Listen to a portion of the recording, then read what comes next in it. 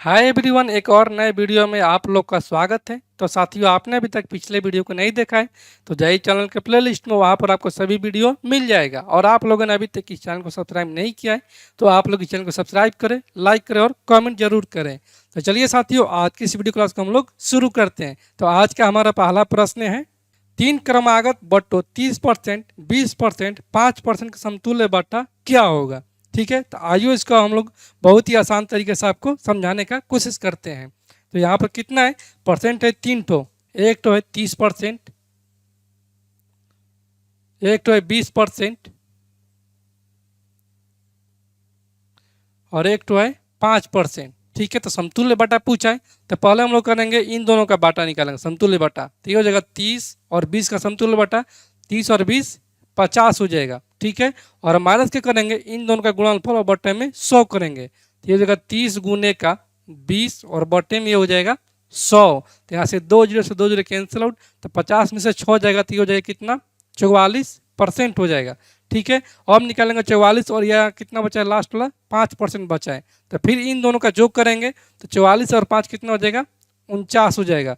और माइनस के करेंगे 44 गुने का 5, तो ये हो जाएगा 44 गुने का 5 और बटे में करेंगे 100। तो यहाँ से हमारा हो जाएगा 20 5 100 और ये 2 से जाएगा तो हो जाएगा 22 दूनी 44 और बटे में हो जाएगा कितना, 10। तो यहाँ से 10 हटाएंगे तो यहाँ से ऊपर में एक अंक के बाद दशमलव बैठाएंगे तो यहाँ से हमारा जाएगा 49 माइनस का 2.2। तो यहाँ से कितना हो जाएगा, पॉइंट का ये हो जाएगा पहले तो 8, कितना बचा यहाँ से, ये बचा 48। 48 में से 2 जाएगा तो ये हमारा हो जाएगा 46। 46.8% जो है वो इसका समतुल्य बट्टा है। इसलिए ऑप्शन नंबर बी जो है वो हमारा सही उत्तर हो जाएगा। अगले प्रश्न को देखते हैं। अगला प्रश्न है, एक व्यक्ति ने कोई पुस्तक 891 रुपये में बेचकर लागत का 1/10 लाभ कमाया तो उस पुस्तक का क्रय मूल्य कितना है। ठीक है, तो कितना लाभ कमा रहा है, यह लाभ कमा रहा है, प्रॉफिट कर रहा है लागत का, यानी कि लागत का 1/10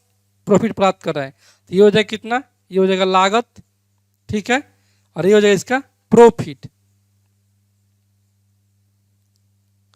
और यहाँ से आगे दिया है कि बेचकर लागत के 10 लाभ कमाए तो उस पुस्तक का क्रय मूल्य कितना हो जाएगा। तो बेचा है कितना, लागत है 10 रुपये का और प्रॉफिट कर रहा है 1 रुपये का, यानी कि बेचा है, एसपी किया है 10 से 1 अधिक पर, यानी कि 11 रुपये पर यह बेचा है।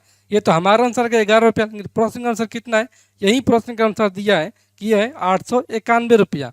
ठीक है, तो यहाँ से कट जाएगा 11 8 88 1 11 एकम 11। तब पूछा कि इसका लागत मूल्य या क्रय मूल्य कितना होगा, तो कितना माने, ये माने 10। यहाँ से इसका हो जाएगा क्रय मूल्य या लागत मूल्य वो हमारा हो जाएगा 81 इंटू का 10, यानी कि 810 रुपया जो है उसका लागत मूल्य या क्रय मूल्य है। इसलिए ऑप्शन नंबर यहाँ से सी जो है वो हमारा सही उत्तर हो जाएगा। अगले प्रश्न को देखते हैं। अगला प्रश्न है, नीना तथा मीना ने क्रमशः 30,000 रुपये तथा 45,000 रुपये के निवेश से साझेदारी में व्यापार आरंभ किया। 2 वर्षों के बाद 1,50,000 रुपये के लाभ में से मीना का भाग कितना होगा। ठीक है, तो यहाँ से मीना और नीना है तो एम फोर मीना हो गई और एन फोर नीना हो गई। तो मीना कितना लगा रही है, ये लगा रही है 45,000 रुपये। तो ये हो जाएगा 45,000 रुपये और कितने वर्षों के लिए, तो 2 वर्षों के लिए। और नीना जो है वो लगा रही है 30,000 रुपये और ये कितने वर्षों के लिए, तो ये भी लगा रही है 2 वर्षों के लिए। तो यहाँ से ये 000 से 000 कैंसिल आउट और ये 2 से 2 कैंसिल आउट और ये 15 तिया 45 और ये 15 दूनी 30, यानी कि इनका जो निवेश का रेशियो आ गया वो आ गया हमारा यहाँ से 3:2 के अनुपात में। ठीक है, कितना हो गया हमारा अनुसार, ये होगा 3 और 2 5 टोटल हो गया राशि। ठीक है, और इसी 5 को बंटवारा करना है 1,50,000 रुपये को। ठीक है, तो यहाँ से 3 और 2 5 बराबर में ये हो जाएगा 1,50,000। तो एक का मान कितना हो जाएगा, ये हो जाएगा 30,000 रुपये हो जाएगा। तो पूछा है किसका, पूछा यहाँ से कि 1,50,000 रुपये के लाभ में से मीना का भाग कितना है। तो मीना का अनुपात कितना है, यहाँ से 3 है। तो 3 बराबर हो जाएगा 30 तिहाई 90, 90,000 रुपया जो है वो मीना का यहाँ से हिस्सा हो जाएगा 1,50,000 रुपये में से। इसलिए ऑप्शन नंबर यहाँ से सी जो है वो हमारा सही उत्तर हो जाएगा। अगले प्रश्न को देखते हैं। अगला प्रश्न है, 18 बच्चे एक कार्य को 12 दिनों में समाप्त कर सकते हैं। इसी कार्य को 8 दिनों में समाप्त करने के लिए कितने बच्चे लगाने होंगे? ठीक है, तो ऐसा कितना है? 18 बच्चे जो एक कार्य को 12 दिनों में समाप्त कर देते हैं, क्योंकि 18 बच्चा है और इस एक काम को समाप्त कर दे कितना दिनों में? 12 दिनों में। तो बोला है कि इसी काम को 8 दिनों में समाप्त करने के लिए, यानी कि 8 दिनों में समाप्त करने के लिए कितने बच्चे लगाने होंगे, यानी कि 1 बच्चे इसको लगाने होंगे हमारे अनुसार, मान लिए। ठीक है, तो ये हमारा हो जाएगा 4 दूनी 8 और ये 4 तिहाई 12 और ये 2 नवा 18 कि बच्चे लगाने जो होंगे वो 9 के 27 बच्चे इसको लगाने होंगे, तब जाके कार्य जो है वो 8 दिनों में समाप्त हो जाएगा। इसलिए ऑप्शन नंबर यहाँ से डी जो है वो हमारा सही उत्तर हो जाएगा। अगला प्रश्न है, ए एक कार्य को 4 घंटे में, बी तथा सी मिलकर 3 घंटे में तथा ए और सी मिलकर 2 घंटे में पूरा कर सकते हैं। तो बी अकेला इस कार्य को कितने समय में पूरा करेगा? ठीक है, तो यहाँ से ए एक कार्य को कर रहा है 4 घंटे में, ए कर रहा है 4 घंटे में, जबकि बी तथा सी मिलकर इसे 3 घंटे में करते हैं, कि बी और सी मिलकर इसे 3 घंटे में करते हैं और ए और सी मिलकर 2 घंटे में पूरा करते हैं। ए और सी मिलकर इसके 2 घंटे में पूरा करते हैं। तो पहले हम लोग ज्ञात करेंगे टोटल वर्क कितना है। तो टोटल वर्क कितना रहेगा? 4 3 और 2 का एलसीएम, तो ये हो जाएगा हमारा टोटल वर्क 12 हो जाएगा।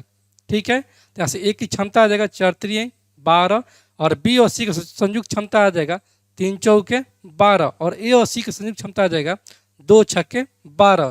तो यहाँ से अगर देखते हैं तो यहाँ से ए की क्षमता कितना है? 3 है और ए और सी की क्षमता है दोनों का 6 है। जब ए का हो जाएगा 3 तो सी का कितना हो जाएगा? इसका भी हो जाएगा 3। ठीक है, और यहाँ पर बी और सी की संयुक्त क्षमता है 4, जबकि यहाँ से सी का हम क्षमता निकाल दिए हैं 3, तो यहाँ से हो जाएगा सी का 3, तो बी का कितना हो जाएगा? दोनों का 4 है, तो सी का यहाँ से 3 निकल गया तो बी का हो जाएगा यहाँ से 1 हो जाएगा, यानी कि सभी का क्षमता हमको ज्ञात हो गया। तो पूछा है क्या? पूछा है कि बी अकेला इस कार्य को कितने समय में पूरा करेगा। यहाँ से बी की क्षमता है 1 और कार्य करने कितना? 12 यूनिट। यहाँ से कितना करेगा बी? ये करेगा एक क्षमता से 12 यूनिट कार्य करने के 12 घंटे में इस टोटल कार्य को ये समाप्त कर देगा। इसलिए ऑप्शन नंबर यहाँ से बी जो है वो हमारा सही उत्तर हो जाएगा। अगले प्रश्न को देखते हैं। अगला प्रश्न है, अपनी वास्तविक चाल की 5/6 चाल से चलकर एक रेलगाड़ी 10 मिनट देरी से अपने गंतव्य स्थान पर पहुंचती है, तो वास्तविक चाल से अपनी यात्रा यह कितनी देर में तय करेगी। ठीक है, जैसे कितना दिया है कि यहाँ से अपनी वास्तविक चाल की दिया है। ठीक है, तो ऐसे मान लेंगे कि इसका वास्तविक चाल जो है, वास्तविक चाल वो कितना मान लेंगे? इसको मान लेंगे कि है 6, क्योंकि बटे में 6 है, तो अगर करेंगे वास्तविक चाल की, यानी कि 6 का 5/6, तो 6 से 6 कट जाएगा तो हमारा वर्तमान चाल आ जाएगा। तो वास्तविक चाल मान लिया यहाँ से कितना? इसको मान लिया है 6, तो यहाँ से वर्तमान चाल कितना हो जाएगा? इसका वर्तमान चाल जो हो जाएगा, वर्तमान चाल वो हो जाएगा 6 का 5/6, यानी कि हो जाएगा 5 हो जाएगा। इनके चालों का अनुपात कितना का? 6:5। यहाँ से टाइम का अनुपात कितना आ जाएगा? यहाँ से टाइम का जो अनुपात हो जाएगा जस्ट इसका अपोजिट, यानी कि हो जाएगा 5:6 हो जाएगा। यानी कि वास्तविक चाल से अगर चलेगा वो तो ये 5 मिनट में जाएगा और वर्तमान समय में चलेगा वो तो वो 6 मिनट में जाएगा। लेकिन यहाँ से प्रश्न में दिया है कि वह 10 मिनट देरी से अपने गंतव्य स्थान पर पहुँचता है, जब वो अपनी वास्तविक चाल के 5/6 चाल से चलकर एक रेलगाड़ी जाती है। तो वास्तविक चाल से अपनी यात्रा कितनी देर में तय करेगा, यानी कि इन दोनों का डिफरेंस कितना दिया है?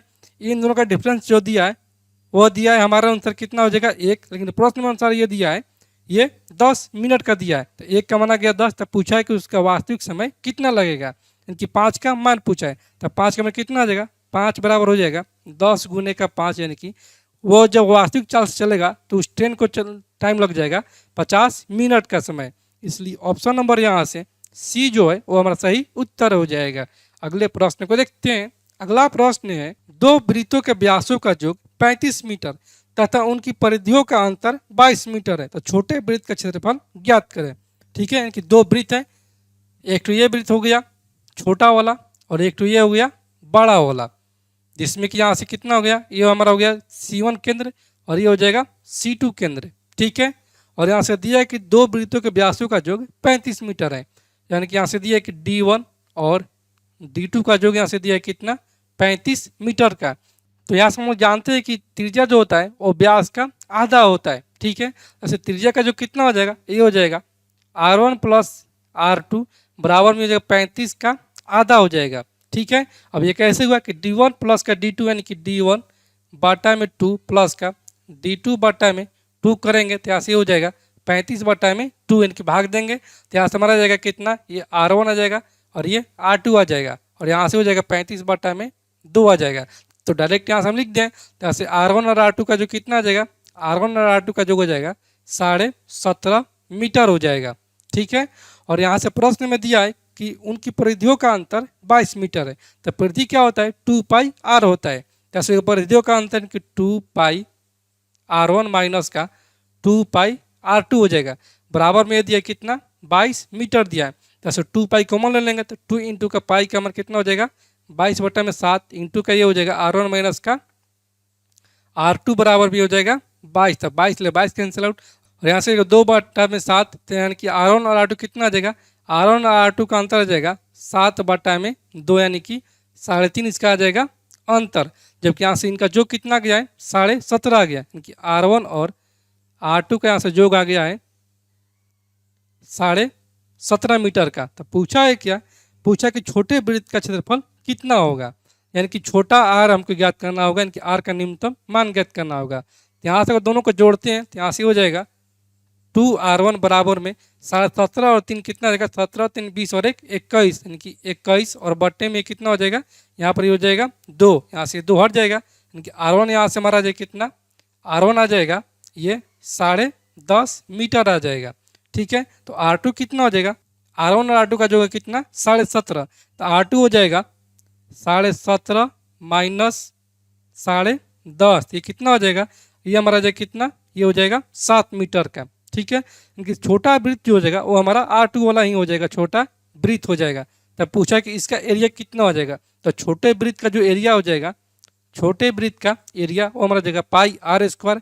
तो पाई का मान 22 बटा में 7 इंटू का R यानी कि 7 गुने में 7, 7 से 7 कैंसिल आउट और 22 7 154 की 154 मीटर स्क्वायर जो है वो इस छोटे वृत्त का एरिया है। इसलिए ऑप्शन नंबर यहाँ से बी जो है वो हमारा सही उत्तर हो जाएगा। अगला प्रश्न है, दी गई आकृति में वृत्त का केंद्र O है, यदि कोण OBA बराबर में 30 डिग्री तथा कोण OCA बराबर में 25 डिग्री हो तो कोण BOC का मान ज्ञात करें। तो यहाँ से आकृति दिया गया है जैसे कि आप लोग की स्क्रीन पर दिखाई दे रहा है।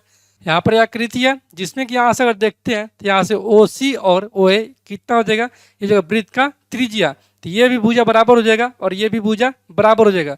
तो जब ये भुजा और ये भुजा बराबर हो जाएगा तो ये कोण और ये कोण आपस में बराबर हो जाएंगे। यहाँ से ये भी हमारा कोण हो जाएगा कोण OAC, कोण OAC बराबर में हो जाएगा हमारा 25 डिग्री का। ठीक इसी प्रकार यहाँ से OB जो है वो त्रिज्या है और OA भी यहाँ से त्रिज्या है, तो ये भुजा बराबर है और ये भी भुजा बराबर है, तो इसका कोण भी हो जाएगा संगत कोण आपस में बराबर हो जाएगा। तो यहाँ से कोण OBA बराबर हो जाएगा कोण OAB, यानी कि ये भी हो जाएगा हमारा कितना 30 डिग्री का। कोण OAB बराबर में हो जाएगा हमारा 30 डिग्री का। तो कितना हो जाएगा हमारा कोण, कोण OAC बराबर यहाँ से हो जाएगा हमारा 30 और 25, ये हो जाएगा 55 डिग्री का। ये वाला पूरा जो कोण हो गया हमारा ये हमारा जाएगा 55 डिग्री का। तो साथ ही जैसा कि हम लोग जानते हैं कि त्रिभुज के केंद्र पर जो बना कोण होता है वो त्रिभुज के परिधि पर बने कोण का 2 गुना होता है, यानी कि कोण BOC का जो मान हो जाएगा वो हो जाएगा कोण OAC का 2 गुना हो जाएगा। तो कितना हो जाएगा, ये हो जाएगा 55 है कोण OAC का मान और गुने का हो जाएगा 2, यानी कि कोण BOC का मान यहाँ से आ जाएगा हमारा 110 डिग्री। और यही हमसे पूछा है, शायद यही पूछा है कि कोण BOC का मान कितना हो जाएगा, तो ये वाला कोण जो हो जाएगा हमारा 110 डिग्री का हो जाएगा। इसलिए ऑप्शन नंबर यहाँ से ए जो है वो हमारा सही उत्तर हो जाएगा। तो साथियों मैं उम्मीद करता हूँ कि आज का ये वीडियो क्लास आप लोग को पूरी तरह से समझ में आ गया होगा। और आप लोगों ने अभी तक पिछले वीडियो को नहीं देखा है तो जाइए चैनल का प्ले लिस्ट में, वहाँ पर आपको सभी वीडियो मिल जाएगा। और आप लोग इस चैनल पर नए हैं तो आप लोग इस चैनल को सब्सक्राइब करें, लाइक करें और कॉमेंट तो जरूर करें। तो चलिए साथियों आज की इस वीडियो क्लास कहीं पर एंड करते हैं और फिर मिलते हैं अगले वीडियो में और भी बेहतरीन प्रश्नों के साथ। तब तक के लिए धन्यवाद।